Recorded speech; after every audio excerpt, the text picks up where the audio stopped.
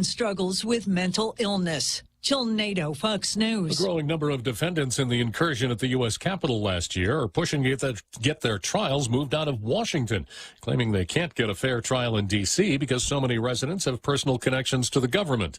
Defense attorneys say the House January 6th committee's public hearings have only made the problem worse. Judges so far consistently rejecting the requests for changes of venue.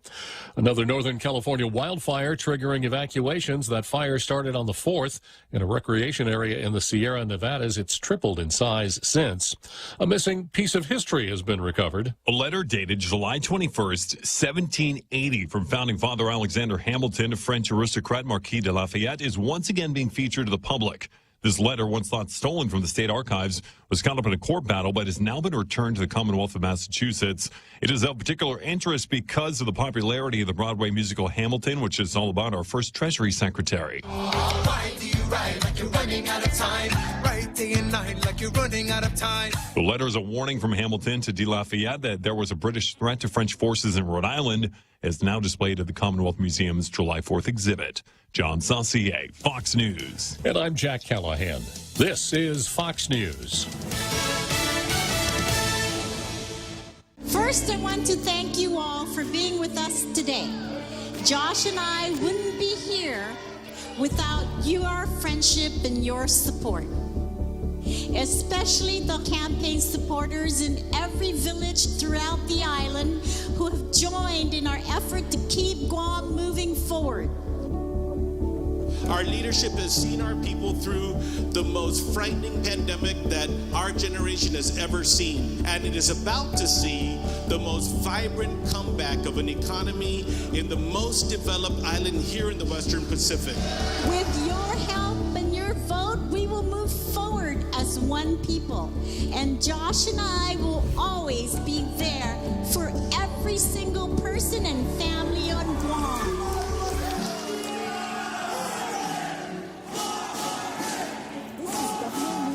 And I approve this message.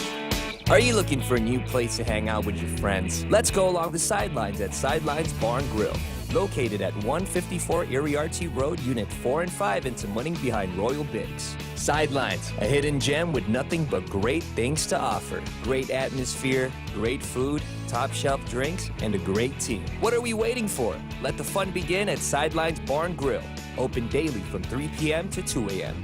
See you there. Welcome to Tall Tales with Bob Klitzkie, the only show on talk radio where common sense is a lot more common.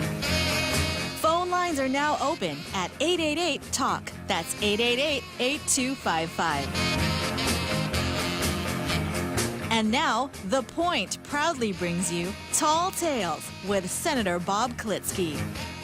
A well-regulated militia being necessary to the security of a free state, the right of the people to keep and bear arms shall not be infringed. If you don't believe me, ask Antonin Scalia, or perhaps Thomas, as you were, Clarence Thomas. Either one of those guys will tell you that the well-regulated militia is necessary to the security of a free state, and the right of the people to keep and bear arms shall not be infringed.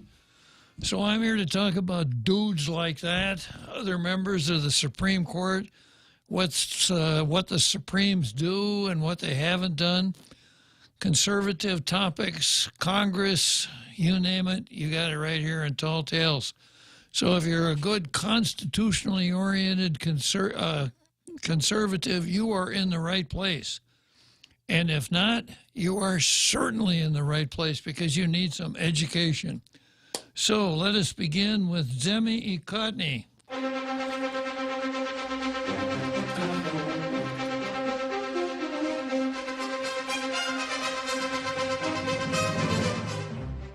A couple days ago, the Daily News got a blue star, and that took them up to 80 in the history of blue stars.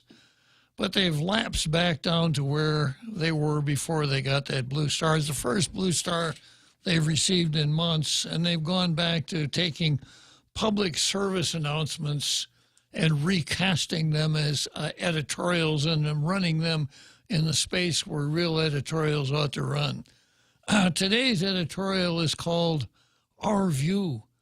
Be careful about information you share with groups.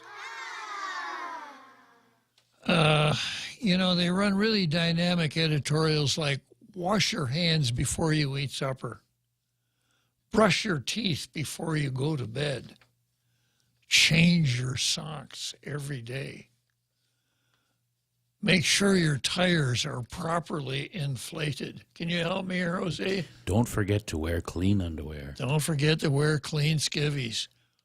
Cross at crosswalks only. Do not jaywalk. Got any more? Oh, I got lots of more. Never drink your coffee with the spoon still in the mug. Good one, yeah. This is the Daily News will take one of these and turn it into an editorial and run it on the editorial page. You don't get blue stars that way, guys. Not even close. Okay, the card for today is about the same as the card for yesterday. Nobody did anything to anybody yesterday, so there's nothing in the news, TV, or papers. And I had a really full card yesterday, so I'm just going to keep working my way through the card. And what I'm going to do, I'm going to mention Robert Underwood versus the 4th of July again, and then pick up where I left off yesterday. That's Calamity Jane versus the Bois. Then Life versus Death, GPA versus higher power bills, Clint versus gas. Now, yeah, that Clint Rogel, man, that guy's a gas. Always wait 1 hour before going into the ocean. Progressives versus democracy, governor versus U.S. citizenship, and so on. So picking up with Robert Underwood versus the 4th of July, and if you've read his columns, first of all, I got to dispense with Zemi Cotney here. I'll just show you the picture, remind you that those who tell you that the rice is red and they don't want to hear any back talk are those who value the agenda or the narrative. Those who say, I know that's what you've been calling it, but it ain't red, it's orange. Those are the ones that value the truth. Okay, Underwood versus the 4th of July. It's a common theme runs through an awful lot of the stuff that Robert Underwood writes. Remember, he told us in the first line of his column about a month ago that he's been teaching critical race theory since 1972. And a lot of his stuff is pretty consistent with that. So he constantly zeroes in on our territorial status here. Guam is an unincorporated territory of the United States. And I've spent a lot of time telling you about the advantages of that. He has ignored all of those and has spent a lot of time telling you about what the disadvantage of being an incorporated territory is. Never considering the alternatives to that, because there are really only two alternatives to being where we are now. We could either become an incorporated territory of the United States, or we could become independent. Or we could embrace the status quo. I suppose that's three. But no one ever wants to talk about the embracing of the status quo. You know why? The big C, colonialism. All you have to do is whip out the word. If you had a rubber stamp that said colonialism in all caps, Times Roman, and a red ink pad, all you'd have to do is just stamp a paper, colonialism, and you win. You win every argument, you win every dispute, etc. That's the beginning and the end of every discussion of political status for our island or other places. Now, colonialism was, the norm up until World War II. Before World War II was the era of empires, the Ottoman Empire, the Austro-Hungarian Empire. We even had a Spanish Empire until the United States put an end to the Spanish Empire in 1898 when we took the Philippines and Cuba and Puerto Rico away from them. End of Spanish Empire. But the era of empires kind of morphed into the era of colonialism. And then after World War II, it was decided, well, we should probably do away with colonialism. And a lot of the countries that had colonies set their colonies free, let them become independent. Some didn't want to be independent. As an example, Gibraltar does not want to be independent, does not want to be part of Spain. It wants to be a British whatever it is. I don't think anybody in Hong Kong wanted the crown colony of Hong Kong to revert to China. And 25 years later, they understand exactly why they didn't want to do that. They had an undemocratic society, but a free society, and a rule of law in Hong Kong before Hong Kong reverted to Red China in 1994.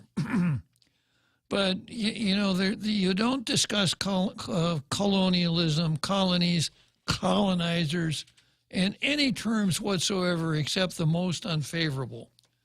And Robert wrote a column, the United States has a colonies problem. The problem is they don't know they have colonies. Well, we do know, or they do know. Everybody knows, Robert. But what are you going to do about it? And as I said, the only way out of colonialism, the only real way out of colonialism is for Guam to become independent. He spent 5 terms in Congress. In which one of those terms did you introduce a bill that said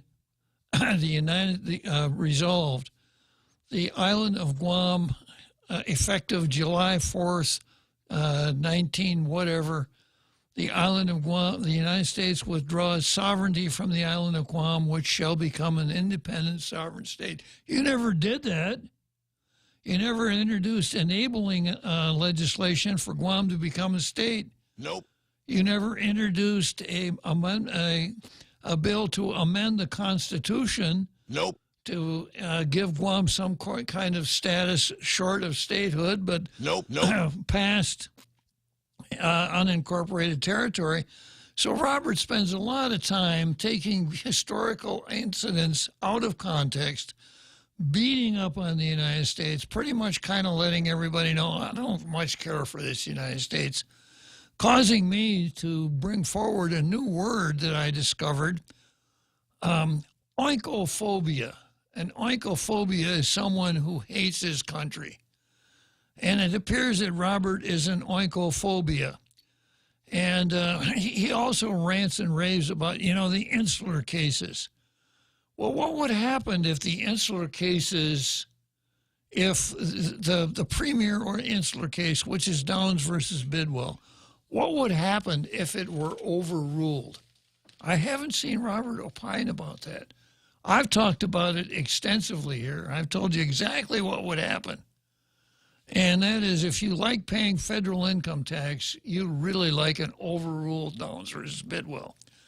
Well, it just so happens that the Pacific Island Times for July is out.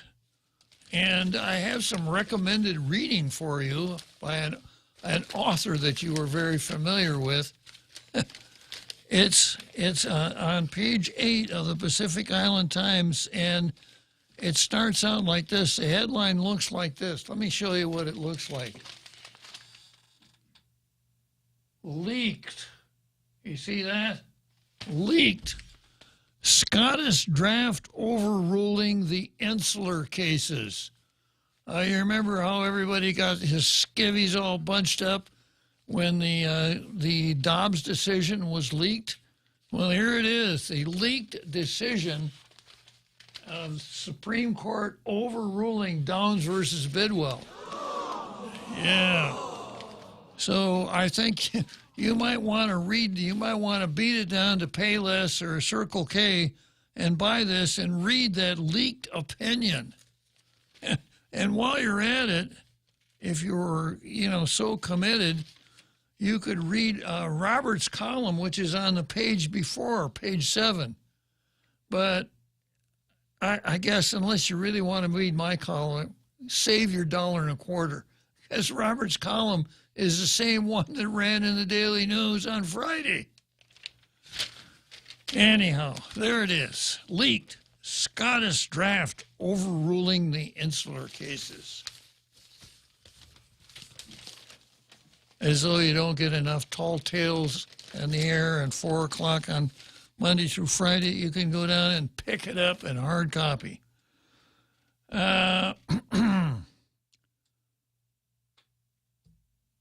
Okay, let's take a look at the calendar then. I've got Robert, I've got Calamity Jane versus the Bois.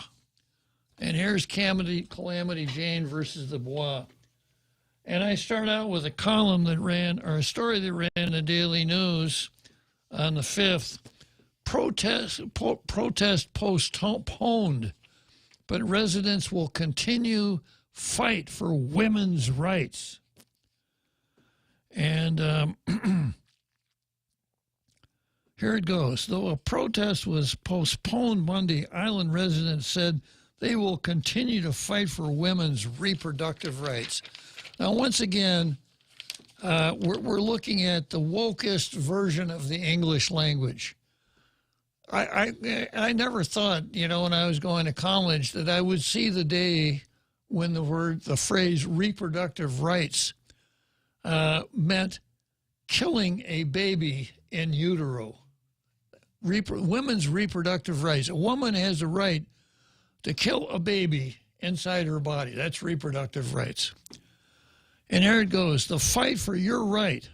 The rally for Roe protest was supposed to take place on Monday afternoon. But because of the rain,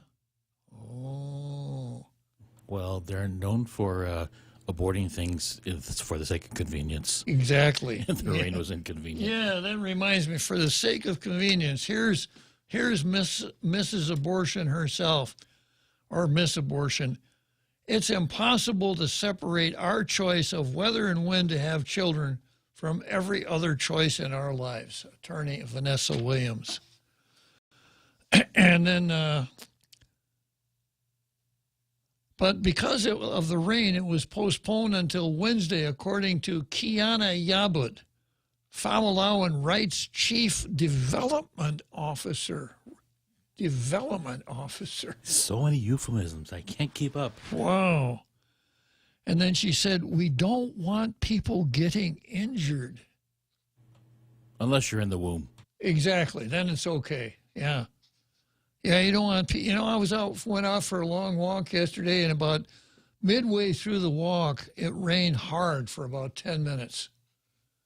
And I had my phone, and I was thinking I should call 911 and have them take me to the emergency room. Being out in the rain, you could really get injured. Those water droplets dropping on you and everything like that. We don't want people getting injured, Yabut said. The recent overturning of Roe versus Wade, the constitutional right to abortion that was in place for a half-century, has brought a great mixture of emotions and concerns among island residents. Is it just me, or is this article kind of leaning in one direction? Though Famalawan Rights, which is focused on addressing the need for accessible reproductive care on Guam, did not organize the protest. I think that was Jane Flores, wasn't it? Sounds a lot like it. Representatives helped coordinate it. Another woman came up with the idea for the protest and partnered with Micronesia Climate Change Alliance. This is just shouting at me off the page, okay? So if you're really interested in the whole climate change thing, global warming, the danger of the planet Earth, you're probably going to be a pro-abortionist. So I'll remember that next Not time. Probably. You have to You be. must be, yeah. So I'll remember this when I judge the sincerity of the Micronesia Climate Change Alliance. You know, what I see here is a bunch of really angry women who caught the virus, the feminist virus early, and are now in the chronic stages of it. It's really great. It's really great to see people from the community kind of step up and ask us for support, Yabut said. Yabut said having the protest on Independence Day would have been significant. Borrowing a page from Robert, how can we say that the United States is independent? How can we say the United States is a free country when we can't kill babies in the womb? What's this world coming to? July 4 was supposed to be this symbol of freedom, of independence. But with the overturn of Roe versus Wade, reproductive freedom has been taken away. People are able to say this with a straight face, Jose. It's like what? What was taken away? Freedom. Oh. Yeah. That's exactly the opposite of what the Supreme Court did. Exactly. Yeah. The Supreme Court said, us 4 guys, or 9 guys, or 6 guys and 3 gals up here in black robes aren't going to decide this kind of question. This kind of question belongs with the popular branch. It belongs with the states. So if you want abortion, go to your state capital. Women's independence is kind of being taken away, and so I think that was their idea behind having it, and I think it's awesome.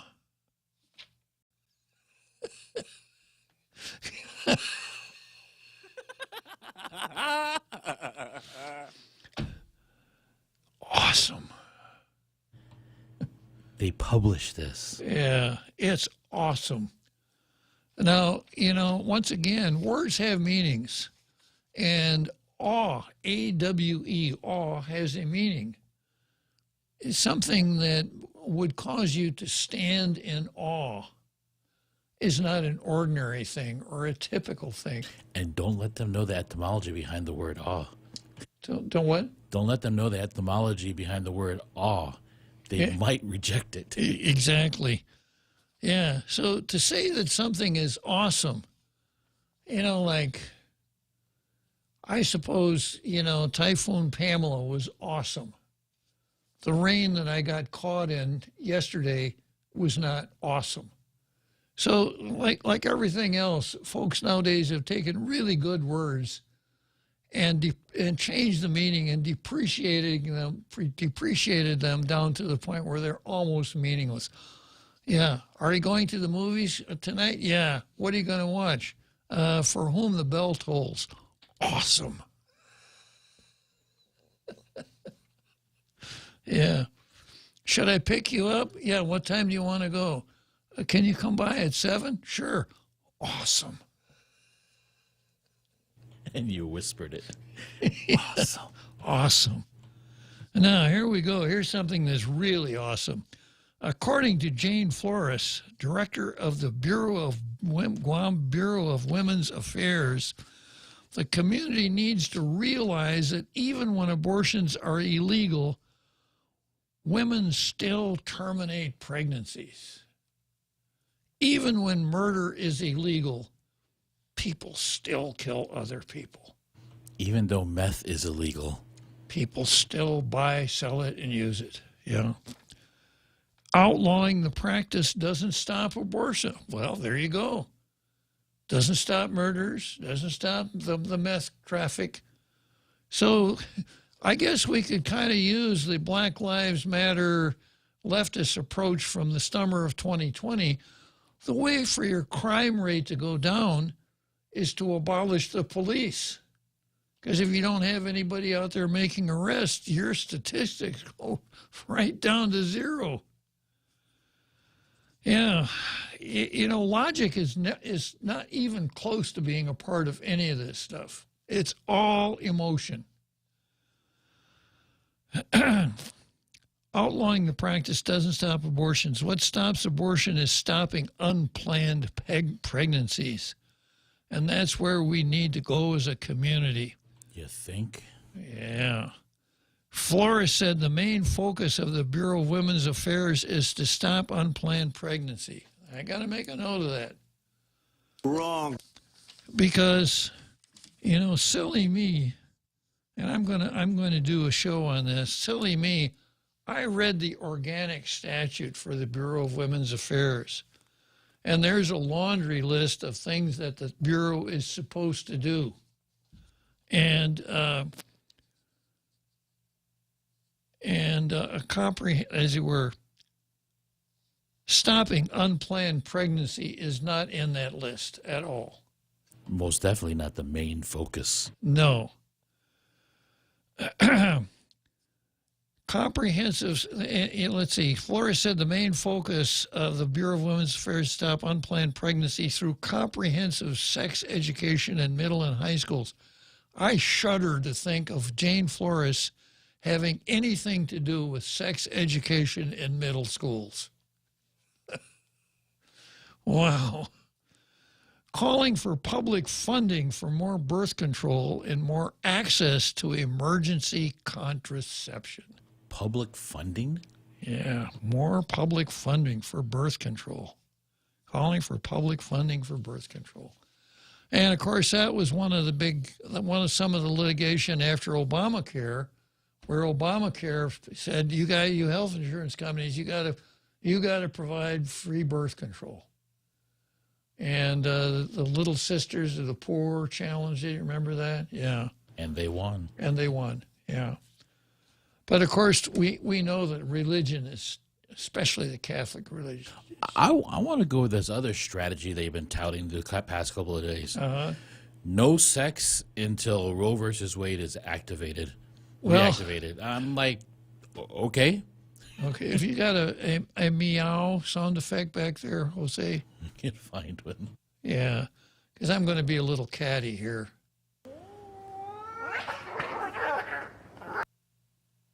Close. That's the closest we got. Try it again.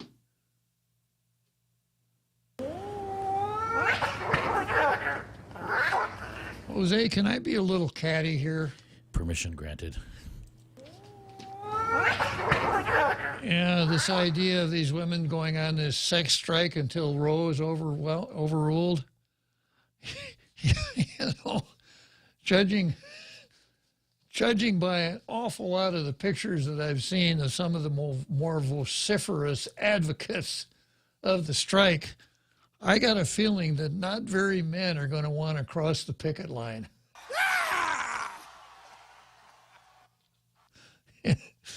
Yeah. And Jane says, let's face it, no one wants to have an abortion. Wow, that's certainly not the way I read it. This is a new rhetoric. Yeah. I've seen women who brag about it, are proud of the fact that they had an abortion.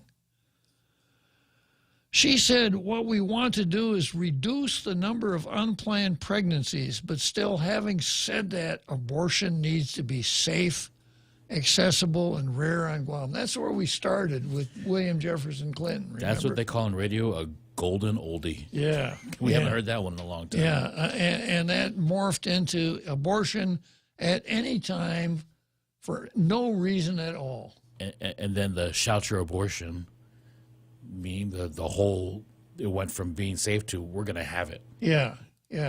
On demand, yeah. And in Virginia, it meant even after the baby's born.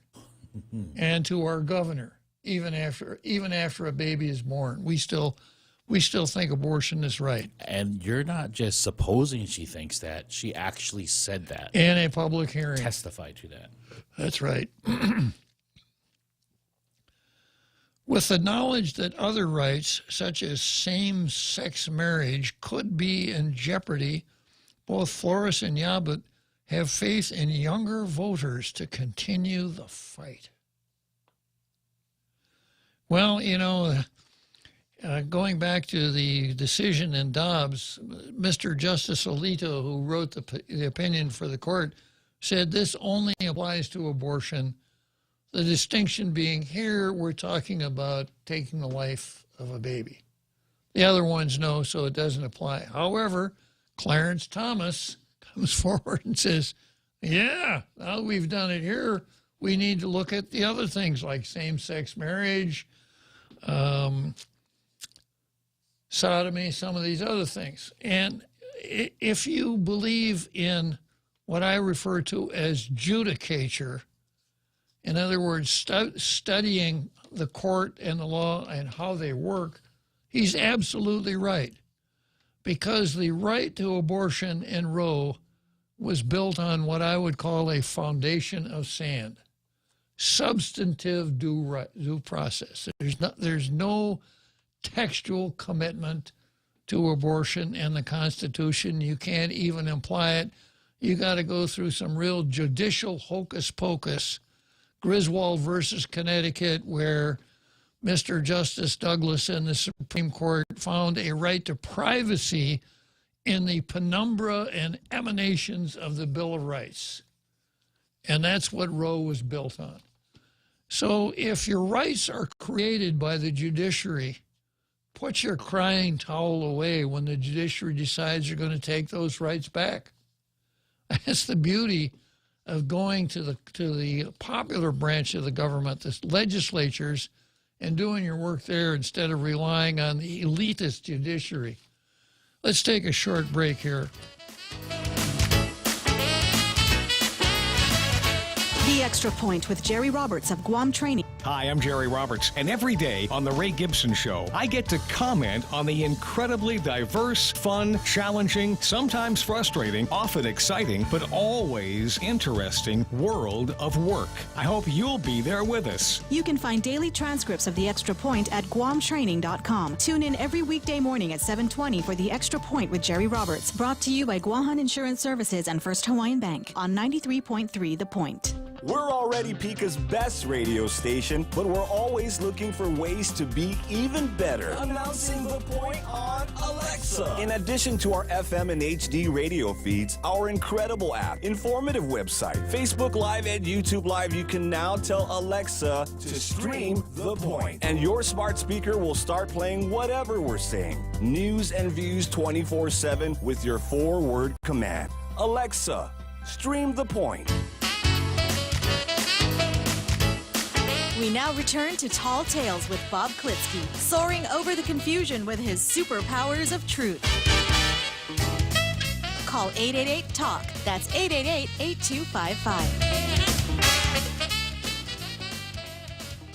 So going back to kind of the talking about judicare a little bit, one of the things that a judicial system is supposed to do, it's to provide a mechanism for resolving disputes based on principles upon which there are general agreement.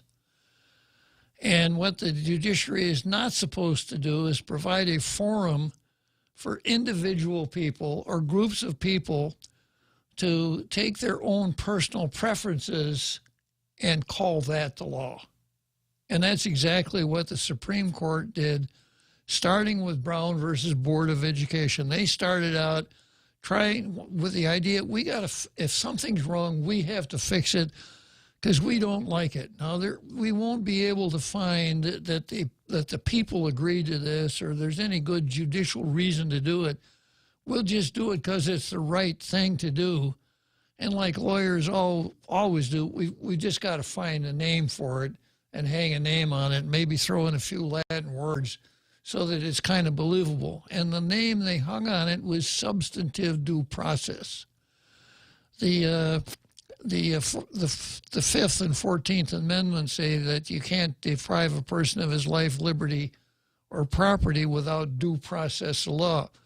Now, that means the procedure. In other words, before you take away somebody's property or his life even, you got to give him notice of why you're doing it. You got to provide a forum for him you have to tell him exactly what he did wrong. You got a forum in which he can make his arguments, ordinarily has to have a compulsory manner of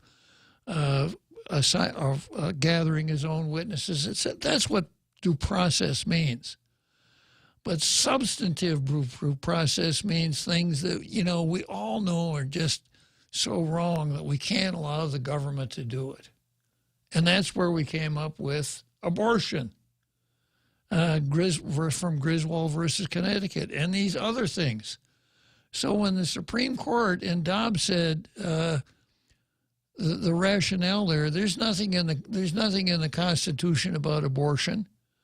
So if you wanted to be one of these unenumerated rights, you have to show that it's part of the long history, tradition, and customs of the United States. That isn't abortion. That's not Herman marrying Henry. Herman has never been able to marry Henry in the history of the United States, nor for some of these other unenumerated rights. So they have reason, these folks that think that, and they're Democrats. The Democrats think all they got to do is just go to the judiciary. They don't have to horse around with the people in the state legislatures. They're in for a shock, a rude awakening. So going on here with this article, Jane says, or the column says, with the knowledge that other rights such as same-sex marriage could also be in jeopardy, both Flores and Yabut have faith in younger voters to continue the fight. Now, you'd think that Flores wrote this article instead of the Daily News. Quote, I used to think that, a majority island was pro-life and anti-choice, but in reality, it's really just a loud and vocal minority, said Yabut. Yeah, but.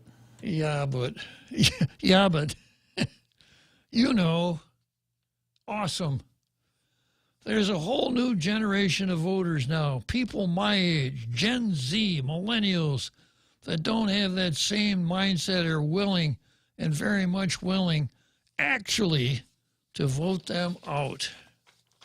Interesting article.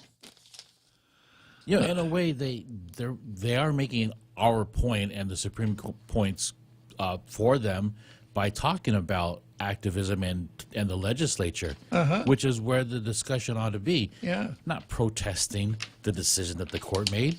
No. We've had so many years of seeing protests in front of our own courthouse, another courthouse, the Supreme Courthouse in Washington, D.C., and in my mind, I'm thinking, who are they trying to convince? Yeah, it just doesn't work. It's just an exercise in futility. Yeah, now if you want to go down and do it in front of the legislature and you want to go down and testify and get people to introduce bills, or do a Bob and Ray and introduce your own bill, have at it. That's the venue. And I will be, what was his name, the Frenchman? Our Frenchman? A Frenchman. I disagree with what you say, but I will defend to the death your right to say it. That's where I'll be. Yeah, but if you're going to go, visit havoc on members of the Supreme Court at their houses and make fools of yourselves out in front of the Supreme Court, no, you'll get nothing but the back of my verbal hand here on Tall Tales. Here's the way the Post covered it. Scattered showers, thunderstorms, and overall inclement weather pushed back a rally for women's reproductive rights that was planned to take place at the ITC intersection Monday. The rally is intended to protest the recent U.S. Supreme Court decision revoking the right to an abortion in the United States. Organizers have scheduled the event for Wednesday. The demonstration will come not just in the wake of the Supreme Court decision, but as the Office of the Attorney General seeks to reverse a federal injunction on the enforcement of local statute that restricts abortion handled through telemedicine. That's the chemical abortion lawsuit. The American Civil Liberties Union filed a lawsuit in federal court last year over Guam's in-person consultation requirement for abortions on behalf of 2 Hawaii-based doctors who wanted to provide telemedicine service. Now, just a short review of that. That's Kaneshiro and Redu, 2 Hawaii doctors contacted by the Red Queen and Jane Flores from the Bureau of Abortions. And both of those 2 doctors came to Guam, were admitted to practice medicine here on Guam, so they would have standing to raise that suit in the district court backed by the ACLU. And went back to Honolulu, and they would be more than content to do abortions over the internet. You know, you send them an email and say, you know, I'd really like to have an abortion. Can you prescribe me some pills or mail them to me or what? You know, that whole thing. And that's what that suit is about. The district court granted a preliminary injunction on the local law, but that was before the Supreme Court overturned the case law establishing constitutional abortion rights. With the Supreme Court decision in tow, the OAG has argued that the district court's actions should be vacated. According to attorney Vanessa Williams, you know, that's Vanessa Williams, that's Miss... it's impossible to separate our choices. That Vanessa Williams, who is part of the legal team for the ACLU suit. If the OAG request is granted, it would mean patients would not be able to receive mandated consultation information through a virtual platform like Zoom. Those patients would instead be forced to find some other qualified person to sit them down physically in a room to receive this mandated information, Williams said. In other words, the government of Guam will be able to enforce the in-person consultation requirement while the lawsuit takes place. Regardless, abortion remains legal on Guam, and despite the in-person requirement, telemedicine abortion would remain legal as well, according to Williams. Well, not the way I read the law, Ms. Williams. Of course, I'm much more able to concentrate on what I'm doing. I don't have the multitude of choices facing me that I must deal with. And you'll be right there saying, yeah, because men don't get pregnant, so you should just stay out of it, Bob. Yeah, okay. So that's the Bureau of Women's Affairs. Now, as I mentioned, the organic statute for the Bureau of Women's Affairs has a laundry list of things that the Bureau is supposed to do, none of which has it accomplished, as far as I can tell, from following them in the news, etc.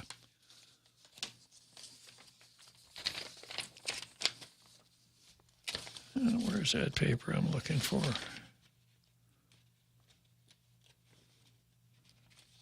Yeah. So let me tell you a little bit about the Bureau of Women's Affairs.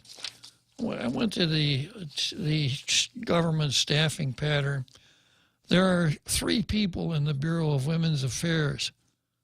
Now, here's something that's really, really something that Jane ought to look into. One of the 3 people is named Carl Lawrence Soto. You don't say. How can this be? I know Carl Soto. Well, I'm assuming that his name is Carl, that he's what we used to call a male. I don't know what we call him anymore. Still's a male. He's still a male. Well, how could he possibly be working at the Bureau of Women's Affairs, Jose? Maybe he became a mute. Because he's not allowed to talk about anything. Yeah. If he doesn't have a uterus. Yeah, well, he might even consider deafness. Yeah, but if you're going to be on the Self-Determination Commission, the Commission for Chamorro Independence, also known as the Self-Determination Commission, you must be Chamorro. So I don't see how you can work in the Bureau of Women's Affairs unless you're a woman. What is the world coming to? Anyhow, your friend Carl makes $62,620.59 in salary and benefits. Kind of makes you wonder why you're sitting. I can see the temptation. Sitting there behind that microphone. Yeah. I can say bois very well. Yeah. And then there is a Nemea, Ivana S. Nemea. She only knocks down 45, 100, only 45, 133, 34 total salary and benefits. Well, there's an example of why the bois was created. Exactly. How can they possibly pay Carl 16 grand more than they're paying Ivana? That's How dare you? That's discrimination, Jose. Where's Jane Flores? What are you doing about this? I'm outraged. It's absolutely outrageous. Outrageous, out Pangolinan, out Santos, out Cruz. Yeah. Every family should be outraged. All right, let's take a short break, Jose. Gas is expensive, so let the bank come to you. Through our remote deposit capture, you can deposit your checks into your account from your phone. And with our Dynamite Bank Pacific Visa debit card, you can use your money anytime, anywhere. It's the perfect combo. Now we're banking on the future.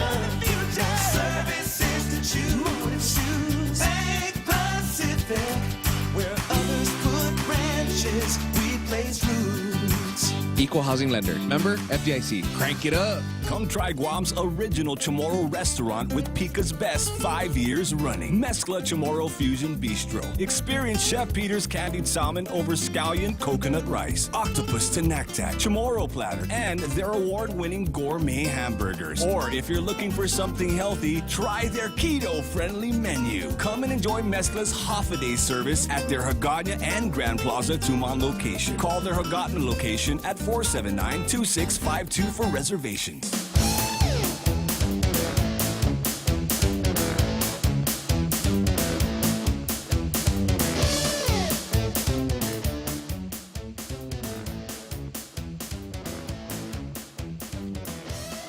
Okay, so let's see. Oh, yeah, that's the Bureau of Women's Affairs. So there's sex discrimination right inside. That is shocking. It is, right inside the Bureau of Women's Affairs.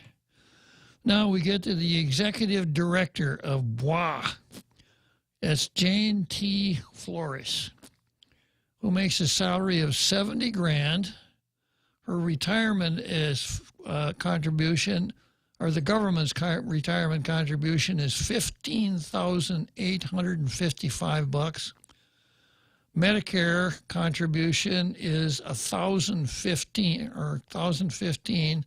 Life $182. Medical $3,123.38. I'm sorry, the Medicare is deduction from her check.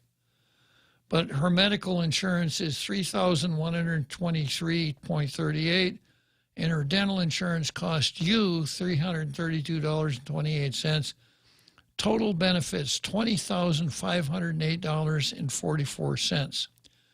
So for a total of $90,508.44 total of salary and benefits, giving the Bureau of Women's Affairs a budget of about $197,298.37. About, let's call it 200 grand for the Jane Flores Bureau, for the pro-abortion portion of our government of Guam. I'm going to say that's a lot of money to be spending for someone to post memes on Facebook. Exactly. Yeah, to organize demonstrations. Okay, now they do have a Facebook page, and I'm going to read something that is on their Facebook page. Jose, you have to help me a little bit. I always have a hard time with Facebook. I can't even get to where I want to go, much less post anything on Facebook. But and I have my own Facebook page, obviously, for the show. So if I want to post something on Facebook, I can do it, right? Yes, you can. And if there's a Facebook page, the administrator would be the one to do the posting, right? Yes, they would. Sometimes they can allow other people, but you would know it's the page itself because they're the authors. Okay, It so says it on top of the post. so if there's no designation of an author on a post, that would be the administrator. That's what I would assume. Yeah, and in the case of the Bureau of Women's Affairs, if Jane isn't the administrator, he marches to her tune, right? It's either Jane or those other two. Yeah. Carl Soto, and I can't pronounce the other person's. Yeah. The one that's making less than the male. Yeah. Yeah. So whatever goes up there, Jane has control of. She can say, I don't want this, I do want that, or it doesn't like it, she can say, take it down. So whatever appears there is basically hers. Absolutely. Yeah. Well, Jane Flores, in addition to her other shortcomings, apparently doesn't believe in the separation of church and state. Yeah. Now, the church-state relationship was very important to the framers of the Constitution, so important that we have portions of the very first amendment that deal with that particular subject. And here's how it goes.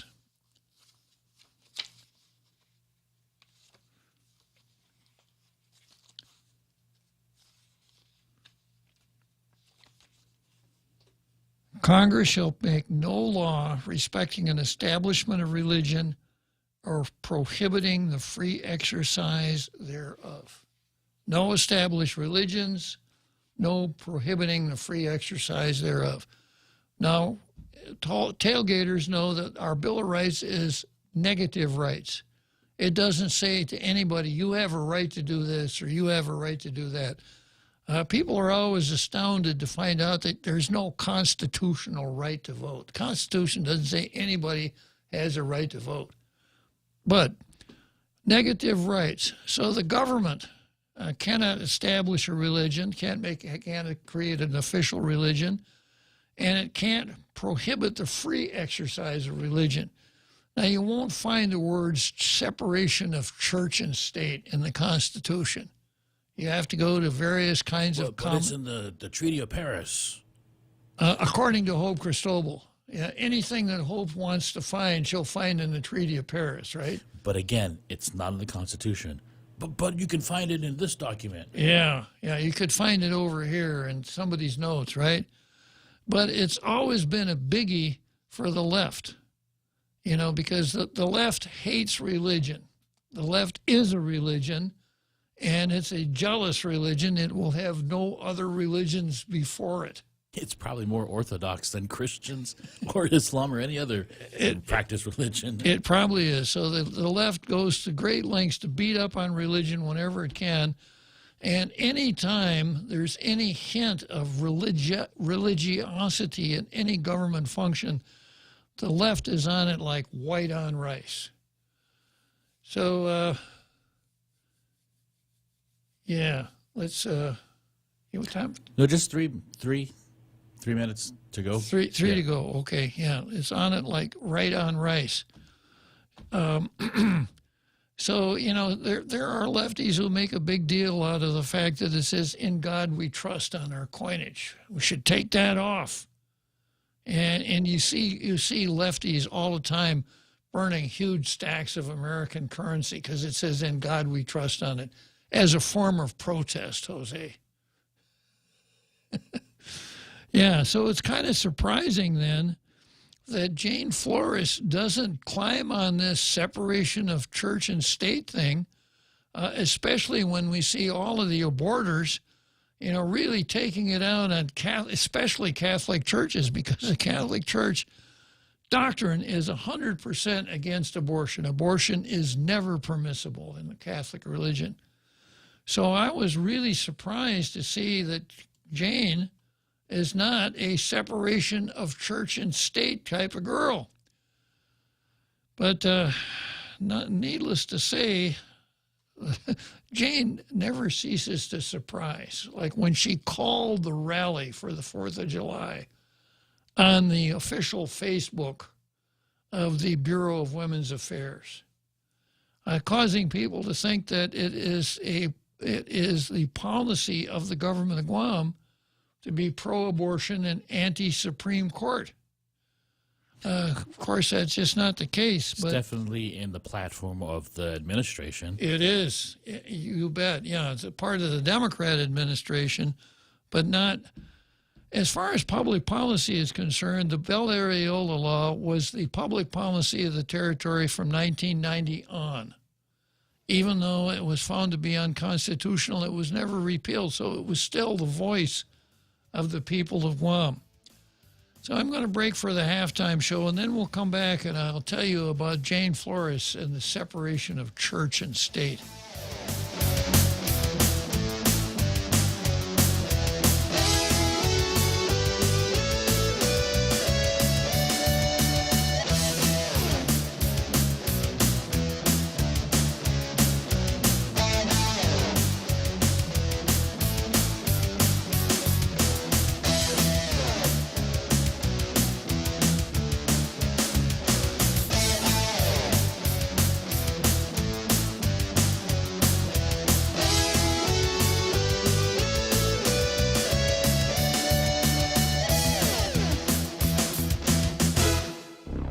The Point is KUSG, Hagåtña, Guam, 93.3 FM and 104.3 HD3. Murder charges filed on Jack Callahan, Fox News, against the man accused of killing 7 people at the July 4th parade in the Chicago suburb of Highland Park. The Lake County State's Attorney's Office has charged Robert Cremo III with 7 counts of first-degree murder for the killing spree that he has unleashed against our community. These are just the first of many charges that will be filed against Mr. Cremo. Prosecutor Eric Reinhardt says there are strong red flag laws in Illinois, but they were apparently ineffective in this case. Law enforcement revealed Tuesday that Cremo had 2 prior incidents before the shooting. In April of 2019, he apparently attempted suicide. That situation was handled by mental health professionals. And in September of 2019, police seized 16 knives, a dagger, and a sword from Cremo after he allegedly threatened to kill his entire family. Fox's Matt Finn says the accused shooter was able to buy 5 guns legally. Americans' trust in many of the country's institutions has fallen to a new low. A Gallup poll finds only 27% of those surveyed say they have a great deal or quite a lot of confidence in them. Confidence in the presidency has fallen 15% since this time last year. The Supreme Court down 11%. Congress scored the lowest with only 7%, expressing trust in the legislature. President Biden headed to Cleveland this afternoon to talk up the economy and to announce the administration will approve the use of COVID relief money to save about 200 pension funds from insolvency. Residents in Bowie, Maryland, outside Washington, cleaning up damage done by a tornado Monday afternoon. This man saw his neighbor's home being lifted. I literally saw it like lift up momentarily and fall. And, after that aftermath, we came outside and one of my neighbors said they actually saw a trampoline in the air. No injuries were reported. America is listening to Fox News. Come try Guam's original Chamorro restaurant with Pica's Best 5 years running. Mezcla Chamorro Fusion Bistro. Experience Chef Peter's candied salmon over scallion coconut rice, octopus to naktak, Chamorro platter, and their award-winning gourmet hamburgers. Or if you're looking for something healthy, try their keto-friendly menu. Come and enjoy Mezcla's half-a-day service at their Hagåtña and Grand Plaza Tumon location. Call their Hagåtña location at 479-2652 for reservations. Choice Broadcasting introduces their unbeatable lineup of morning show. Hands down winners of Guam's morning radio battle. Daryl Lizama grooves his way through Boss 104 playing Guam's favorite classic hits. Morning Mouth Ray Gibson shakes the cage on 93.3 The Point. And now, we are proud to announce the Morning Blender with Kyle Mandapat, mixing it up at sunrise on Star 101. If you're an advertiser trying to reach the most valuable ears, we've got the shows that listeners have been tuning into for decades. One call gets all 3. 671-888-7346. That's 888-REIO. And their supporters planning a vigil early this morning in front of the federal courthouse in New Orleans. The Fifth Circuit Federal Appeals Court will hear arguments today on the Deferred Action for Childhood Arrivals program. The Biden administration appealing a ruling last year that the program is illegal. Tales of heroism told at the White House yesterday. President Biden honored 4 soldiers with the Medal of Honor, the nation's highest medal for valor, for their actions during the Vietnam War. I'm proud to finally award our highest military recognition, the Medal of Honor, to each of you. Among them, Specialist 5th Class Dwight Birdwell of Oklahoma. Birdwell is the first Native American to receive the Medal of Honor from the Vietnam era. Major John Duffy of the 5th Special Forces Group served 4 tours in Vietnam and in 1972 braved enemy fire to treat Vietnamese soldiers and coordinate airstrikes. At the Pentagon, Jennifer Griffin, Fox News. World War II veteran Bradford Freeman has died at his home in Mississippi. He was the last surviving member of Easy Company of the 506th Parachute Infantry Regiment, whose service was chronicled in the book and the miniseries Band of Brothers. Freeman was 97. A posthumous honor today for a former First Lady. The U.S. Postal Service today will dedicate a new first-class postage stamp with a portrait of First Lady Nancy Reagan. Today would have been Mrs. Reagan's 101st birthday. While her husband, Ronald Reagan, was in office, Nancy dedicated her time to addiction issues, championing the Just Say No campaign to dissuade kids from using drugs. After leaving the White House, she took the role of caretaker for the former president in his battle with Alzheimer's disease. The Nancy Reagan stamp will be a so-called forever stamp, meaning it will always be enough postage to mail a letter, despite how much one paid for it. Evan Brown, Fox News. And I'm Jack Callahan. This is Fox News.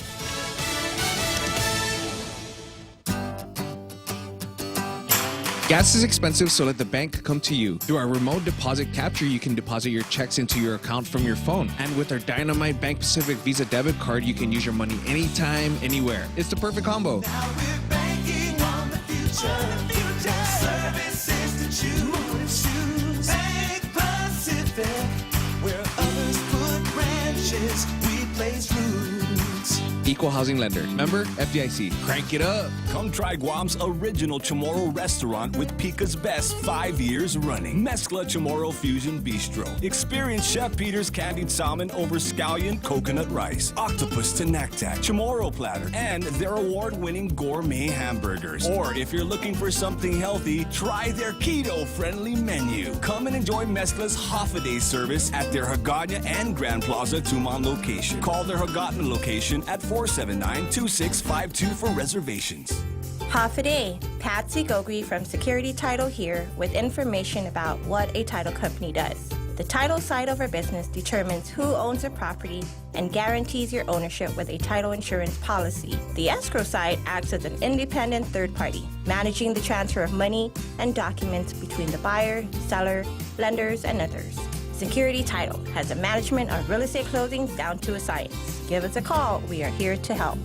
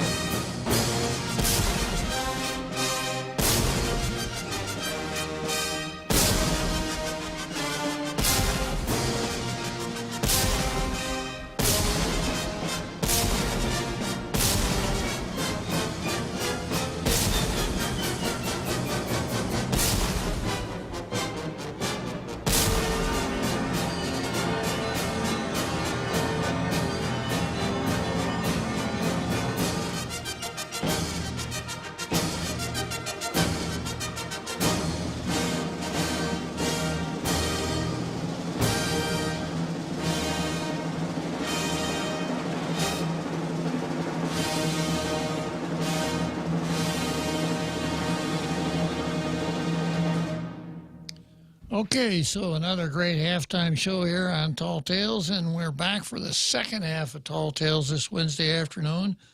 And I enticed you before the halftime show about Jane Flores and her obviously denying the necessity of anything like separation of church and state. So you're wondering, well, what did Jane all of a sudden become a Catholic? No, she is a Catholic, right? Is she using her position then to preach Catholic dogma on government time? No. Is she saying a lot of favorable things about Catholicism or about religion or about... Nope. No, it's not that either. Well, let me just read what Jane's Facebook says. She says this: if you're a Christian who's happy about Roe versus Wade getting overturned, I'd like to remind you that the purpose of your religion is not to judge or condemn others. It's not your job to police or control people. Your job as a Christian is to evangelize through your actions and way of life. That joy you're feeling from Roe v. Wade getting overturned isn't because God has worked. What you're feeling is a perverted sense of satisfaction, not because you've saved lives, but because you were able to exert control over other people. Oh, okay. You're feeling powerful and vindicated because you didn't want someone to do something and acted your will on them. Your joy isn't about God. It's about making yourself feel just. When you lay down in bed tonight all alone and in the dark, lay down in bed tonight all alone, and in the... by myself, don't wanna be... Yeah, when you lay down in bed tonight all alone and in the dark, listen to your spirit. What you'll feel tonight may be just the devil smiling at the corner of your bed because he knows that you like the feeling he gave you today. Wow. Separation of church and state. Wow! Yeah, now, for people on those sides, separation of church and state means you can't say anything good about religion. But if you want to beat up on it, well, that's okay. That's separation of church and state.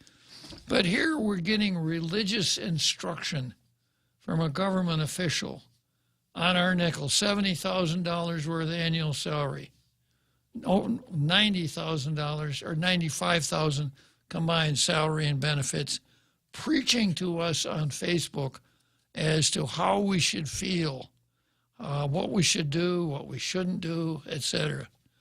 Now, this does not have a First Amendment dimension because the First Amendment tells us it's negative rights. It tells us what the government can't do to us. Unfortunately, it doesn't tell us what Jane Flores can't do to us. There's a flaw in the Bill of Rights there somewhere, yeah. But, how righteous can you be? How self-righteous can you be? Is to come out and put something like this on a government website that is so far away from the mission of the agency that you're supposed to be in charge of, and so far removed from any appropriate use of the facilities of civil government as to make me wonder, let me put my lawyer, is there some way I can file suit here? Let me sit down and really think this through, because this is just so wrong. Now, I know this quote I'm about to use is misused and out of context, but the miscontext applies here. This last sentence, what you'll feel tonight may just be the devil smiling at the corner of your bed because he knows that you like the feeling he gave you today. Methinks the lady doth protest too much. Yeah, exactly. So this is the Bureau of Women's Affairs, where we have somebody on the public payroll who has gone out and looked for abortionists and procured a couple abortionists to come over here and get admitted to practice so they'd have standing to raise standing to be parties in an ACLU suit for chemical abortions, posted on her Facebook the details of the so-called demonstration yesterday, invited everybody to come, and the addressees were every single person in a media outlet with one exception. Guess who? Me. Yeah. So she copied in over 20 people, you know, the newsrooms, the reporters, the editors, etc., to generate a large turnout. So we have a director of a government agency directing, you know, encouraging people to come to a demonstration that would, in effect, protest or be in opposition to the enacted law of the territory of Guam. That's what we got. I don't even know if they're talking about that in this rally. I think they're stuck on the Supreme Court. Oh, yeah, of course, yeah. They probably have no idea what 1990 is. Yeah, yeah. Yeah, so if you have a cause, if you have something that you really want to accomplish that does not have a government dimension, get appointed to some government bureau or something like that. Use government time, funds, connections, whatever, to further your cause. Now, I've been interested in the restoration of the Holy Roman Empire ever since I was a sophomore in college. And it's a little hard to drum up a whole lot of support. It's the Latin, right? Yeah, yeah. So I guess when I'm finished being a talk show host, I'm surprised that they haven't canceled me already. I think what I would do is try to get appointed to, let's see, what would be a good agency? Get appointed to BBMR so I could run the Holy Roman Empire Restoration Desk at BBMR. And I could post, have the BBMR Facebook, use it for announce demonstrations and post all kinds of anti-German texts on it, and you know, the positive propaganda about the Holy Roman Empire, etc. Kind of a Jane Flores approach to advocating your cause. Another way to look at it is, you know, a government agency, people in government agencies should attempt to accomplish the mission of the agency.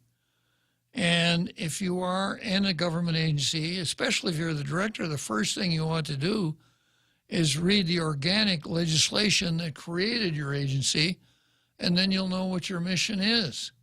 But what Jane is doing is kind of like the director of agriculture saying, I've got to go to this aviation conference in Nassau, Bahamas, because I've got to get up to speed on all the technological advantages that are coming with aviation and airports and things like that.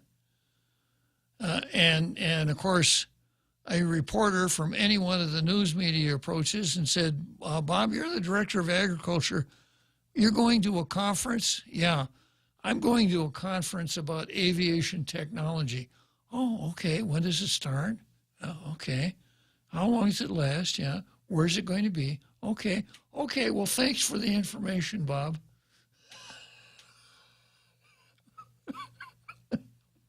Like Lee Weber says, if your mother tells you she loves you, check it out. Because if that actually happened, no reporter would say, why is the director of agriculture going to an aviation? That would not happen.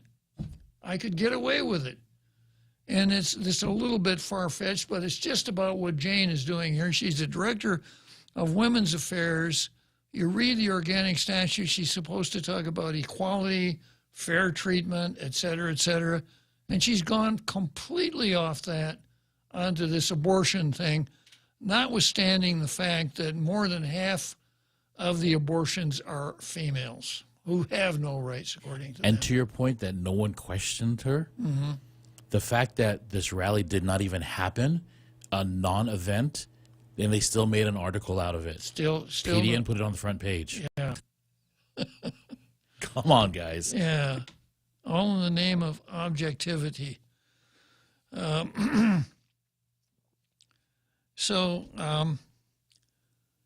There's no adherence to the mission of the agency whatsoever. It's and Jane makes no bones about the fact that she's a feminist, pro-abortion, whatever, right? And so what she's doing is she's taken over an agency and she's using it for exactly what I mentioned at the beginning of the show. We try to stop. We don't want people taking positions of power to advance their own personal agenda as opposed to the formal agenda established by the people that they work for. Well, that's exactly what happened. There was an agenda. There happened to be a defunct bureau or division of the government that had a title that sounded good. Yeah. And they decided to interject it and hope nobody would pay attention. Yeah. Let it go. Yeah. They didn't count on tall tales. Exactly. Yeah, exactly. So I'm not done with Jane. I'm not done with tall tales. Obviously, I'm not done with abortion. I'm not done with the Dobbs decision. I've been a very serious critic of the Supreme Court from time to time. Roe versus, as you were, Bush versus Gore was a horrible decision. I like the result. I'm a Republican, but it was a terrible decision. I've been on Mr. Justice Scalia for Heller versus District of Columbia. I don't think either he or my favorite Clarence Thomas read the Second Amendment before they wrote their opinions. Bad decisions. I like the result, but the decisions are bad. And, you know, if you stop and ask yourself, how did we get to where we are with the Supreme Court now, where the polls show that the Supreme Court is not as respected as it once was? And the way we got there is for the Supreme Court to go out looking for goblins to slay. Classic example, Brown versus Board of Education. Now, all of the tailgaters, 90% of the people and 99% of the people, well, Brown versus Board was good because it ended segregation. It didn't end segregation. It didn't end anything. And it was a classic case of judges doing what legislatures are supposed to do. A classic case of critarchy that led to some really horrible results. And that's what started us down that road, where the Supreme Court just went out and looked for villains to slay and made up judicial hocus pocus, not to justify the result, but to describe the result. Bush versus Gore is another example. Lawrence versus Texas, which reversed Bowers versus Hardwick, another example. Roe versus Wade, the most horrible example of all. Even people even the aborters would tell you Roe versus Wade was horrible judicial work. So that's part of the way that we got to where we are. The Supreme Court stopped being a Supreme Court and wanted to be the uppermost house of our legislature. The second thing that happened was the interjection of vicious partisanship into the confirmation process. When Joe Biden and Ted Kennedy led the charge against Robert Bork, who's probably one of the most qualified people ever appointed, ever nominated for the Supreme Court, the whole process became very contentious, and it rapidly turned from a process where we were trying to make sure that we got good, intelligent, smart, honest, dedicated people to sit on the Supreme Court. It turned from that into making sure that whoever goes on the Supreme Court will go along with our narrative. And then this caused everybody who was ever nominated from the Supreme Court after Bork to take Fred Astaire classes in tap dancing.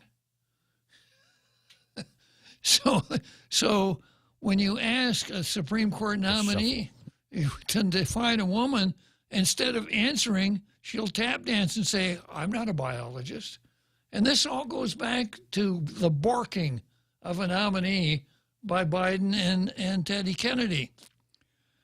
Clarence Thomas was even worse. So that's where we are now. So the Supreme Court is now viewed, and perhaps sometimes in its own eyes, as the uppermost house of our Congress. That if you can't get the law made in the Congress, try those other guys. Try the guys in the black robes. Maybe they'll make the law that you want, like abortion. So that's where we are now, and it's very sad. I see the possibility that we're turning the corner here with the Supreme Court that we have right now. To me, in a sense, the most important case that the Supreme Court decided here in what I first labeled as a hat trick, and now it's a four-bagger, 4 good decisions in a row. West Virginia versus the United States, in a sense, is the most important case of all, because it can bring about the end of the bureaucratic state, the deep state, so to speak. Because the Supreme Court said an agency like the EPA is not Congress. It can't go around shutting down the coal industry because of global warming. If Congress wants you to do that, they got to tell you, and they have to tell you in no uncertain terms. You can't just do it because you think it's a good idea. Kind of like the DPHSS here on Guam. Yeah, exactly. They went around with a heavy fist. Exactly. Do this, don't that, or else. Exactly. And, of course, the Department of Public Health and Social Services gets away with it because we have such a weak legislature that wouldn't put a stop to it. So that's where we are with the Bureau of Women's Affairs up to this point. I'm sure I'll have more to say about it tomorrow because it's not over. It's an extremely important matter, and it's important for more than the obvious reason. It's important because the whole idea of abortion, and once again, just talking about abortion. Jane obviously thinks she's got to beat up on religion here, but I can get to favoring the result in Dobbs without ever going to a religion. I can get there without even going to sentiments like empathy, sympathy, humanitarianism. I can get there just on federalism. Federalism says the national government only does those things that Congress says it can do in Article 1, Section 8. Article 1, Section 8 doesn't say that Congress, and by derivation the Supreme Court, can kill babies in the womb. So just the idea of federalism gets me to that result. Then examining some of the sentiments, empathy. How can you think in terms of dismembering a helpless little infant, regardless of the stages of its development, in the womb where he or she, not they, ought to be in the safest place in the world. There shouldn't be a safer place for a baby than inside his mother's womb. So empathy? No empathy? Well, yeah, I got a career ahead of me. I got to abort that. I got to have an abortion. I got a career ahead of me.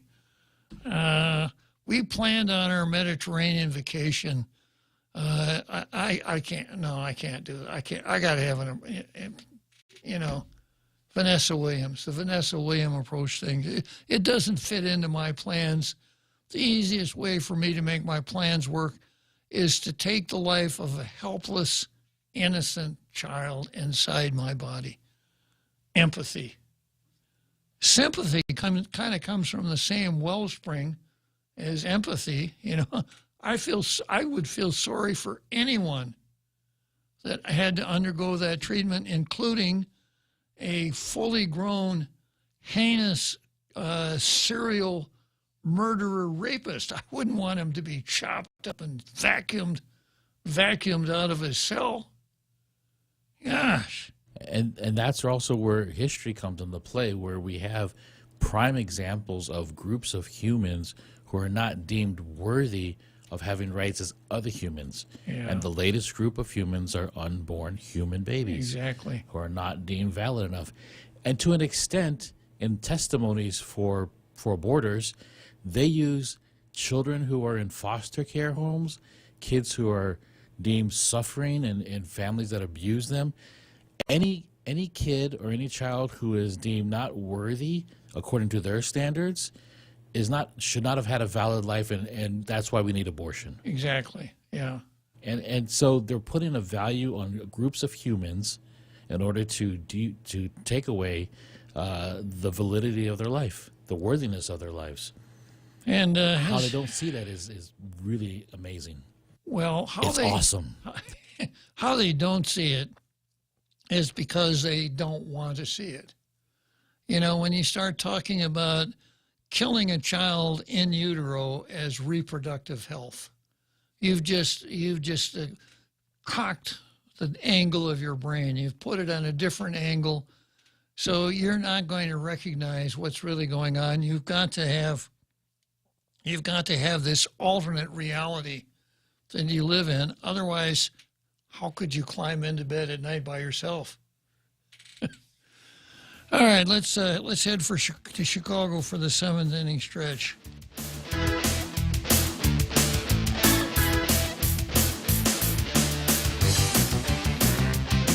The Extra Point with Jerry Roberts of Guam Training. Hi, I'm Jerry Roberts, and every day on The Ray Gibson Show, I get to comment on the incredibly diverse, fun, challenging, sometimes frustrating, often exciting, but always interesting world of work. I hope you'll be there with us. You can find daily transcripts of The Extra Point at GuamTraining.com. Tune in every weekday morning at 7:20 for The Extra Point with Jerry Roberts, brought to you by Guahan Insurance Services and First Hawaiian Bank on 93.3 The Point. Listen to The Point anytime, anywhere on Odyssey. Odyssey is your new audio home for all the music, news, sports, and podcasts that matter to you. Find your favorite stations like The Point and discover more. Music stations, local and trusted news sources, sports talk and team coverage, plus today's biggest podcasts. Find it all on the Odyssey app. AUDACY.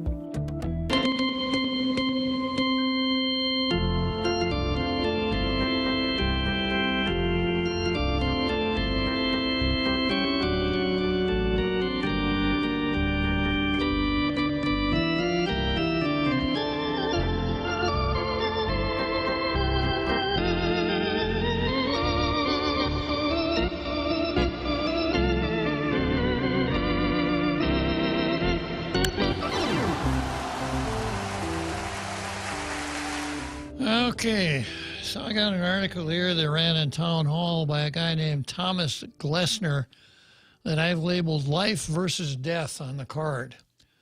And here's the title: Dobbs means the end of the beginning in the abortion wars.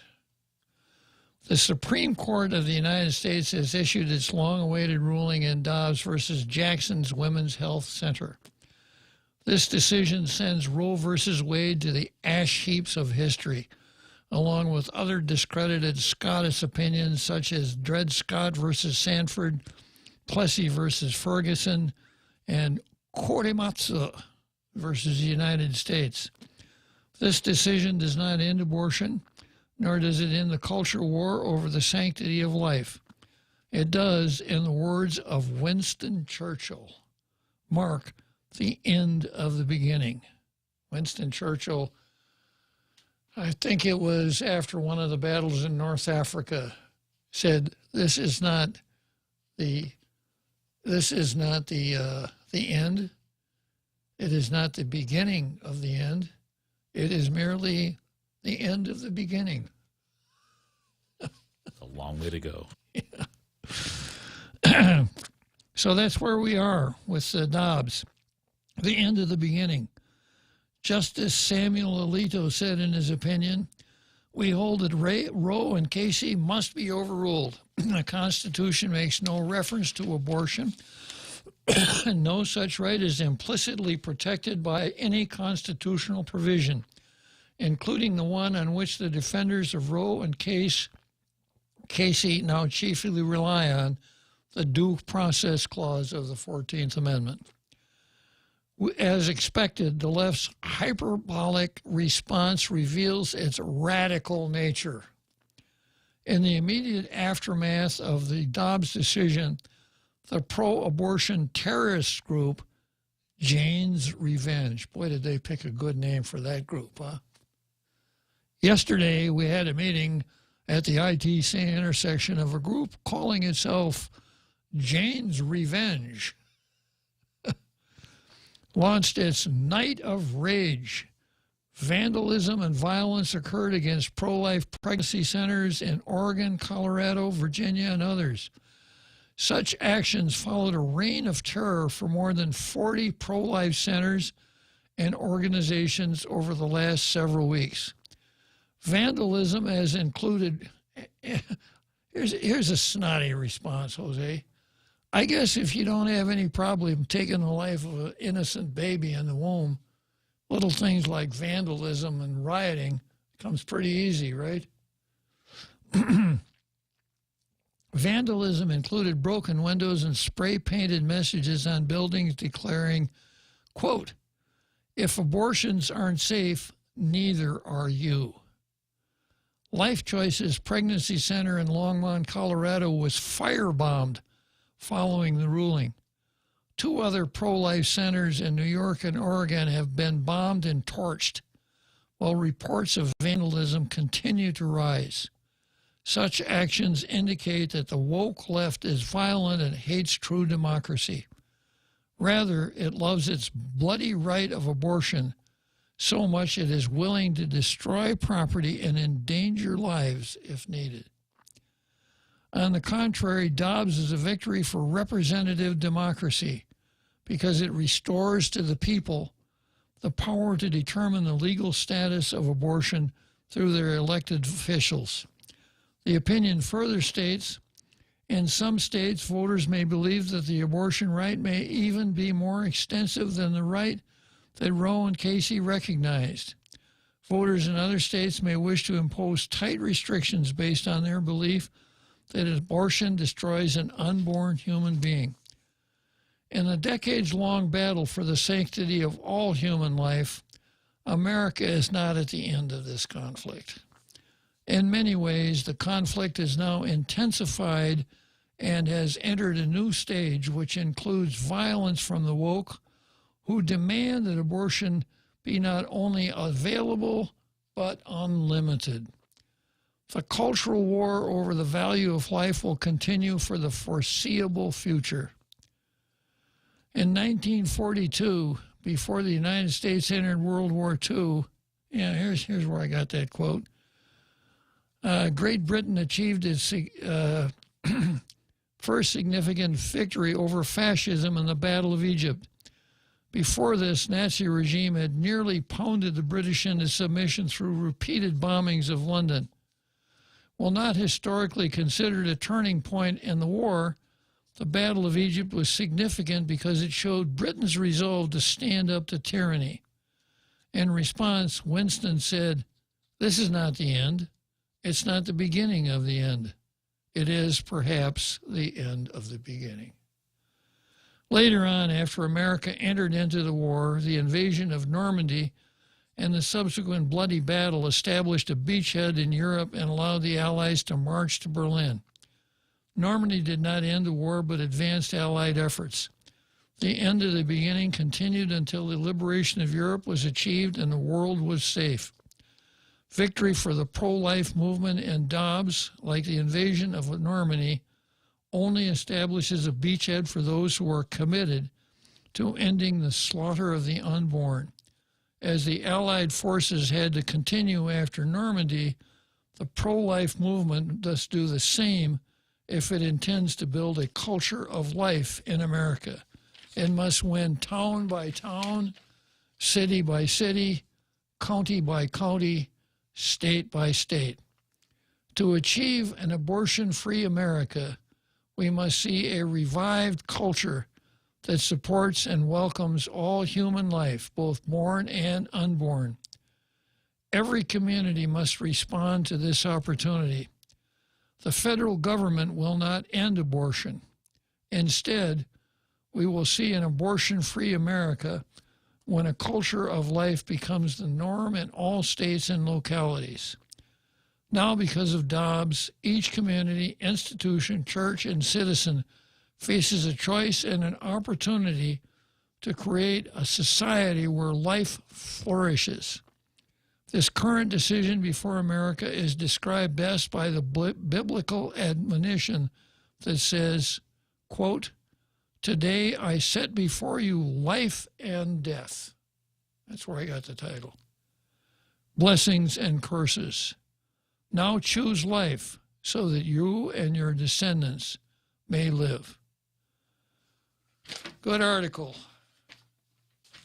And, of course, this is where we are, because you can bet Vanessa Williams and Jane Flores will be twisting arms down at the twisting arms in Atatilik, and senators down at the legislature. You got to go with us. You want to keep your job, you better be pro-abortion, or we're going to vote you out, because what's her name? Abbott. Yeah, but said that the young folks in the majority of this island are pro-abortion. It's just a very vocal minority of old folks that aren't. These old folks, and they're holding their rallies at the ITC intersection, etc. So that's where we are, and I've gone through some of the things that I think the aborters are going to do to hold us up. First of all, Levin Camacho has not filed his motion to dissolve the permanent injunction, keeping us from enforcing the Bell Areola law. What's the holdup, Levin? You want to make sure that that the aborters have enough time to organize all their rallies and demonstrations? Maybe it was raining yesterday. You meant to. Yeah, that's right. He was probably going to do it yesterday, but it was raining, so he couldn't. You've got that.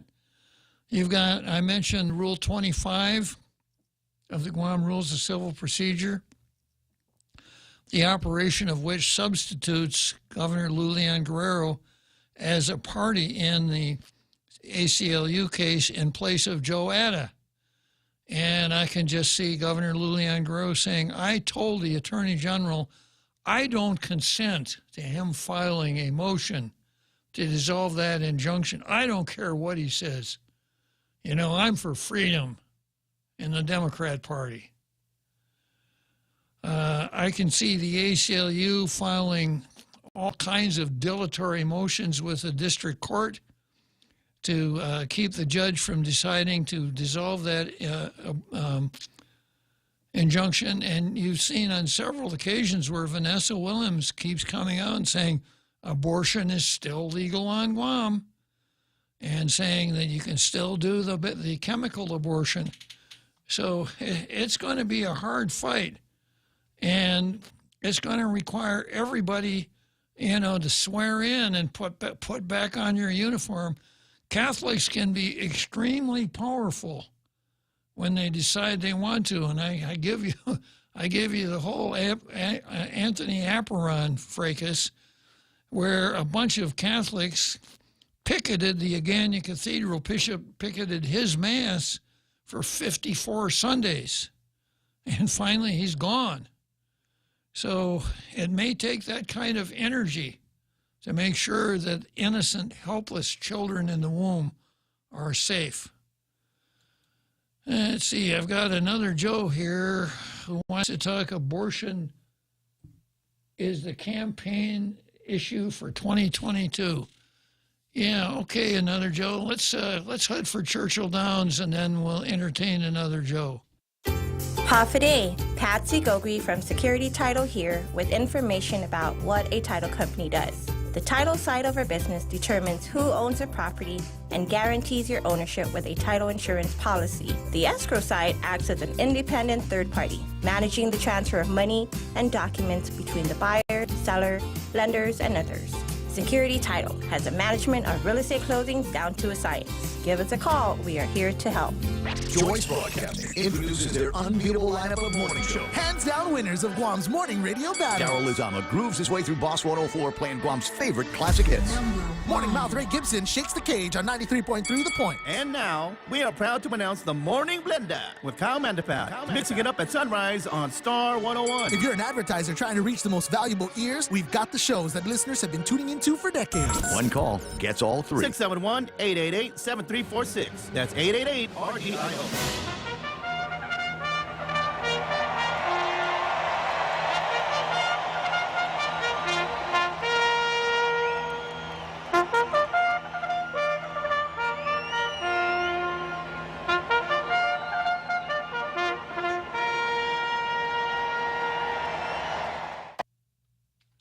Okay, so we're here at Churchill Downs right now, 6 furlongs, and I'll cross the finish line to end another episode of Tall Tales. But helping me to ride down that last part of the racetrack is none other than Another Joe. Tell me about it, Another Joe. Yeah, Bob.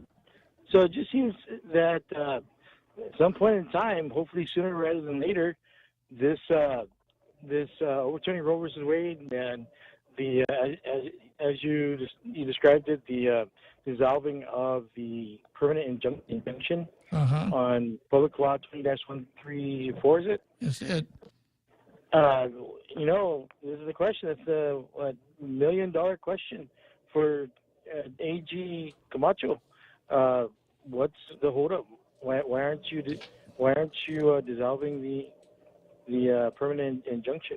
And for that matter, you know, what does candidate Moylan think should be happening right now? I've heard candidate Moylan say something along these lines. He says to me, I'm a Catholic, but to me it doesn't get to what I think. It's a matter of law. And the law is that abortion is illegal in Guam. So as the Attorney General, it's my job to dissolve that injunction and enforce the law. That's what Attorney General candidate Moylan said. There you go, Bob. So I think there's a shot across the bow there, and the gauntlet has been I don't know the expression used already. Thrown down. Yeah. And you know, any other expression we can come up with. You know, where's the media? You're the only media that seems to be addressing this issue in Guam. I challenge all the other media in Guam, whether it be radio, TV, newspaper, to ask the same question: what is the hold up there? Well, give them a break, Another Joe. I think they just don't want to get involved. Oh, do they get maybe they're giving them the benefit of the doubt of Bob. Anyway, I digress. Bob, am I mistaken, or does the ACLU owe the government of Guam attorney's fees? Am I wrong there? Am I right? For regarding the lawsuit that they took against the government of Guam regarding was it telemedicine prescription abortion pills? No, so far they are partially prevailing. So the American rule on attorney's fees is that each party bears its own attorney's fees unless there is a statute that would assign the attorney's fees to the winner. So that was a civil rights suit. So if the ACLU prevails, they could potentially get attorney's fees from the government of Guam. I don't think they're going to win. Was that the case about with regards to the lawsuit against was it Governor Eddie Bazical with the same-sex marriage issue? Probably. And it certainly was on Bill Areola's law when we took it on appeal. The total bill for attorney's fees for the whole thing was $500,000 that we had to pay out. Okay, Bob. I want to thank you for your time. I'll keep listening to very intelligent people. Okay, Another Joe. So from Churchill Downs in Louisville, Kentucky, we immediately get into our transporter that we borrowed from Star Trek, And I asked Scotty to beam me up to Salt Lake City. Whoosh! And here I am, Johnny Utah. Here I am in Salt Lake City. Hey, Judge Bob. Nice talking to you here. So this Jane Flores, okay, so I'm looking, I'm trying to find where she was talking about seeing a demon at the edge of her bed. Where was she saying this? That was on the Bureau of Women's Affairs Facebook page. Oh, okay. So that's why I'm not finding that. Yeah, so the left has this argument that if we take guns away from everybody, that everybody's going to be safe, and that no criminals are going to get their hands on any guns. But at the same time, they have this exact same inverse argument with abortion, where if we take away abortion, then women are going to go get an abortion illegally and endanger their lives. Do you follow my logic? I got it, yeah.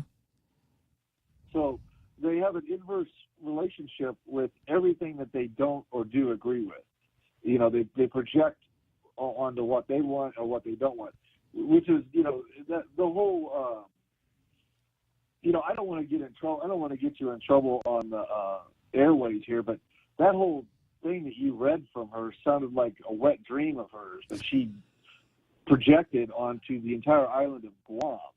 I mean, come on. She's talking about a demon at the foot of her bed while something is happening that's a pleasure. I mean, and she's comparing it to praying and being one with God, but at the same time using it as an inverse relationship. Basically, I mean, you know where I'm going with this, don't you? I do. Yeah. That's just disgusting.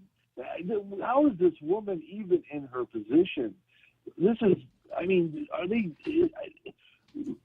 I'll tell you what, the Red Queen's mom and dad are, I don't know if they're alive or if they've passed away, but if they are alive, huh?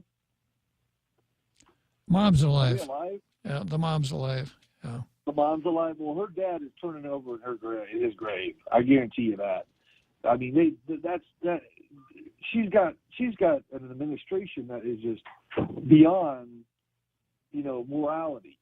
Beyond morality. I mean, she basically wrote a op-ed on Facebook using the government of Guam under the administration of Lilian Guerrero's name, describing a sexual fantasy and projecting it into a religious argument, saying that you are a evil person because you believe in Jesus and God. If that is an anti-Christian and Catholic as you can get, it blows my mind away. It's just disgusting how awful that sounded when you read that. I couldn't believe it. It does stretch credulity to see something like this down in Utah coming from any place, from any source at any time, but especially from a government official on a government site, government time, government money, government imprimatur, etc. You just wonder how much lower can we possibly sink, or have we hit bottom already? It's just going to keep going down and down and down and down until I don't know, Judge Bob, until I guess you and I can't have a conversation anymore. Why not, Johnny Utah? Well, I'll miss that. I like talking with you. Yeah. Well, you and I are a couple of people, a couple of right thinkers here. We need to keep talking. So I really appreciate your calls all the way from Salt Lake City. What time is it in Salt Lake right now? Almost 2 a.m. Whoa, that's dedication, Johnny Utah. Well, I'm up. I'm busy. I'm doing some busy. I'm being busy right now. I got things going on, but yes, and there was a couple other things I was going to bring up, but regarding world politics, I don't know if you have time to talk about it or not. I'm getting pretty close to the Let's Go Brandon portion of the show. I'll let you go. We'll talk again. Okay, good talking to you. As usual, Johnny. You too. Thank you for your time. Yeah. Bye-bye. Bye-bye. So I saw this post from Gina Marie Tenorio. It's pretty interesting. She says, all you need to do to convince the youth is to have them watch the video on how an abortion takes place. Make it part of their sex education classes. I'm going to stop there because that's one of the things that Jane said. We need to have sex education in the middle schools. Now, I have such a low opinion of her and the way she does things. This is how I would imagine it would go. Okay, you middle schoolers, you 4th, 5th, and 6th graders, you know, you shouldn't be having sex, but I know you're probably going to anyhow. But if you do, you should use birth control. And if the birth control fails, then you need to get an abortion. I don't want you to do this now, but just in case, you need to know, you know, how to teach abortion without really trying. That's what I would imagine. But Gina Marie Titano's got a really good point. If you took the kids in middle school and let them watch one of those ultrasound videos of what happens in an abortion. One is called the silent scream. Exactly. If you let them watch one of those, and there might not be a waiting list to go to work at the Bureau of Women's Affairs, even if you're a man and would get higher pay than a woman. But, you know, if you try to do that, you know who would scream the loudest? The aborters. You can't show stuff like that to kids. It's just not fair to the kids. It's cruel. It's mean. It's violent. It's violent. Yeah, you can't show them that. So, but going back to the end of the beginning, everybody out there in our international radio listening audience, you know, we all have work to do on this abortion question. It's always nice. It's always very comfortable to just kind of avoid things like this that can be controversial. And it's probably not a good idea you see 4 or 5 people standing around talking to them, people that you don't know, and walk up and say, oh, excuse me, my name is Bob, and I want to tell you how bad abortion. You can't do that. But you can't back away from it either.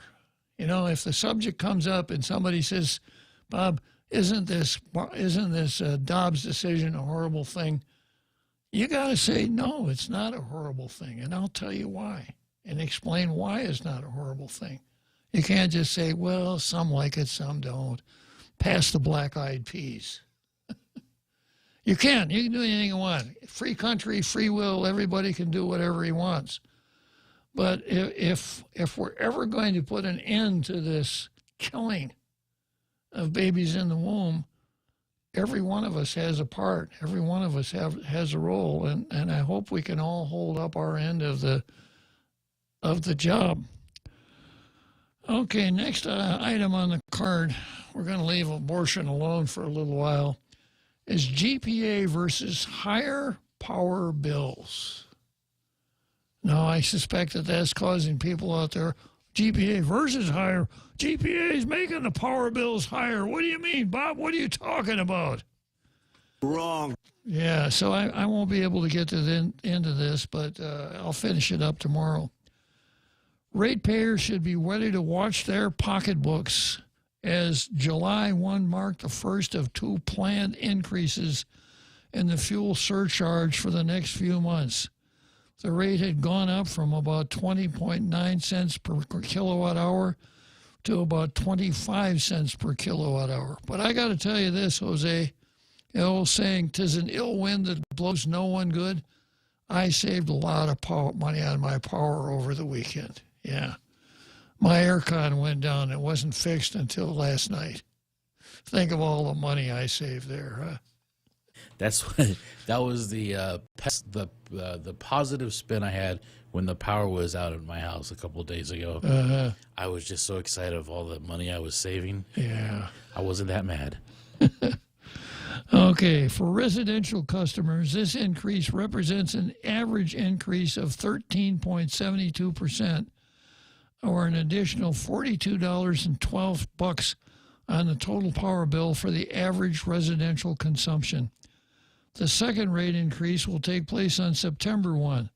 The surcharge will go up again to a little more than 29 cents per kilowatt hour. That's an additional 12.72%, or $44.41. The governor has proposed a $100 monthly credit program over 5 months to help ease power rate hikes. But a bill to do this has yet to be introduced. She says, over there, can you do one over at the legislature? Reminder, Governor, the Organic Act allows you to introduce bills at the legislature. Reminder, Governor, you got a couple counselors working in your office. You shouldn't be asking the legislature to do it.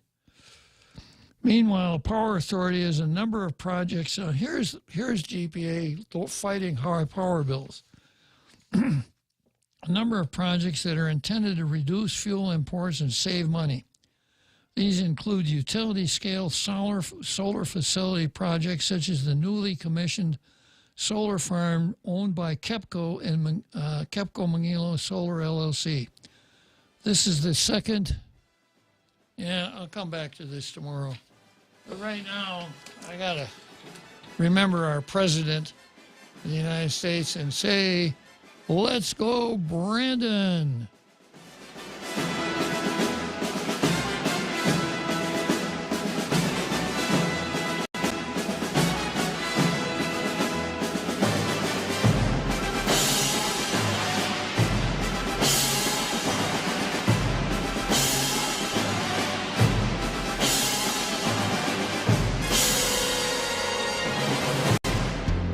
The Point is KUSG, Hagåtña, Guam, 93.3 FM and 104.3 HD3.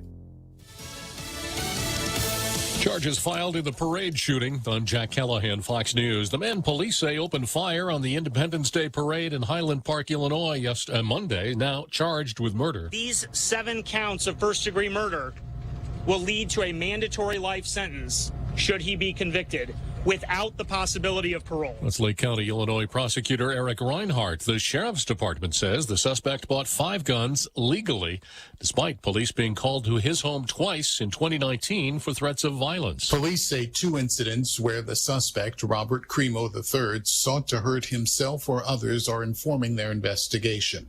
Following a suicide attempt in April 2019, Lake County Major Crimes Task Force spokesman Chris Covelli said there was a threat 5 months later. A family member reported that Cremo said he was going to kill everyone, and Cremo had a collection of knives. The police responded to his residence. The police removed 16 knives, a dagger, and a sword from Cremo's home. Police did not arrest him because no complaints were signed against him. Fox's Gernal Scott. Vice President Kamala Harris visited Highland Park Tuesday, again calling for a ban on assault weapons. The Transportation Security Administration says they screened about 11 million air travelers over the long holiday weekend. FlightAware.com says more than 25,000 flights in the U.S. were delayed, but Transportation Secretary Pete Buttigieg says the good news is this last travel weekend went better than Memorial Day did in terms of delays and cancellations. We saw an improvement to the tune of about 10%. Secretary Buttigieg on Fox's Your World with Neil Cavuto. Political trouble brewing for Britain's Prime Minister Boris Johnson. 2 of his cabinet secretaries resigned within minutes of each other Tuesday, saying they've lost confidence in Johnson's leadership. America is listening to Fox